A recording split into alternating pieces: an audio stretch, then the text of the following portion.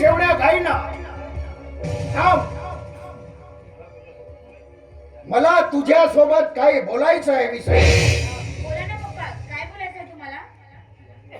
शिवानी, अगं मी हे काय ऐकतोय, काय सांगत आहे?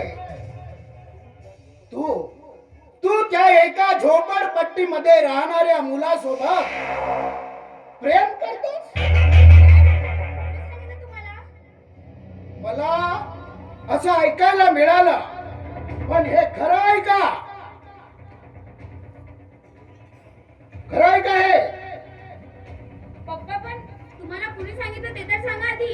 अगं मला कुणी सांगो हे माझ्या प्रश्नाचं उत्तर नाहीये. मला खरं ते सांग, तुझं प्रेम आहे का त्याच्यावर? नक्कीच मला माहिती आहे. या सूर्यकांती तुम्हाला सांगितलं ना? हो, माहिती आहे मला. तो होय, त्यांनीच सांगितलं मला सूर्यकांतने. परंतु जे सांगितलं ते खरं आहे का? होय पप्पा, हे खरं आहे. याने जे काही तुम्हाला सांगितलं ना ते अगदी खरं आहे. शिवानी!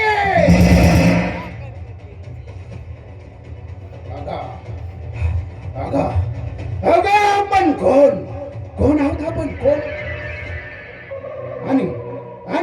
आणि तो सागर एका झोपडपट्टीत नाराना कोण आहे तो? अगं याचं भान तरी आहे का तुला? होय पप्पा, मला पूर्ण भान आहे याचा. मला माहिती आहे, झोपडपट्टीत राहणारा असला तरी खूप हुशार, स्वभावाने सुंदर आणि स्वाभिमानी माणूस आहे. म्हणूनच मी त्याच्या प्रेमात पडली. शिवानी!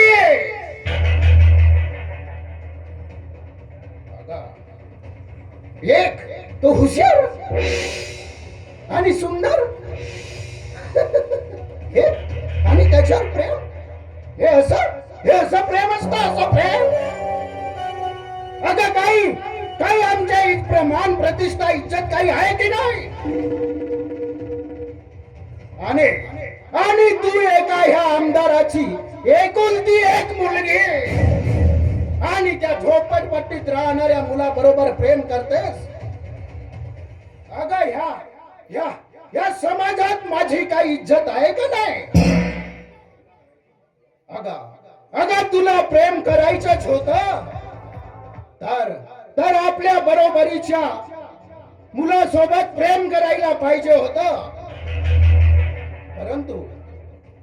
परंतु त्याची लायकी तरी आहे काय आपल्या जवळ बसण्याची? आणि त्याला तू प्रेम म्हणतेस? पप्पा, बस खूप बोलले तुम्ही. सागरबद्दल एकही शब्द बोललेला मी ऐकणार नाही कुणाला. शिवानी, तू काय आणि कुणासमोर बोलतेस याच्या खबरदारी आहे का तुला? त्याचा एक भाऊ जुगारे, दारुड्या आणि एक भाऊ हमाल.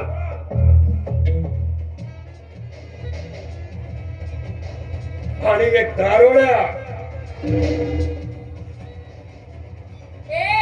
तू गप्प रहा आणि समोर एकही शब्द बोलत नाही, समजलं?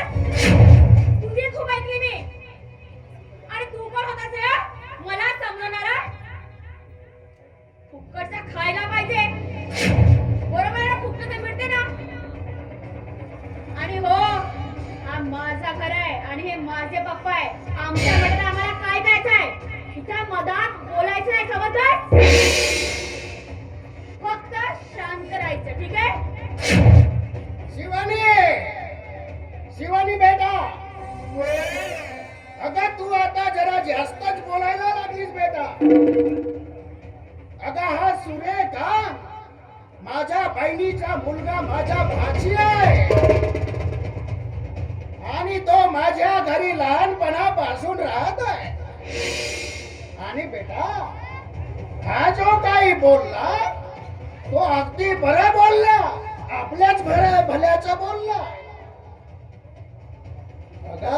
अगं बेटा, अगं तू ह्या लहानपणापासून ह्या दीनानाथ आमदाराच्या वैभवात ऐसारामात आणि श्रीमंतीमध्ये वाढलीस बेटा.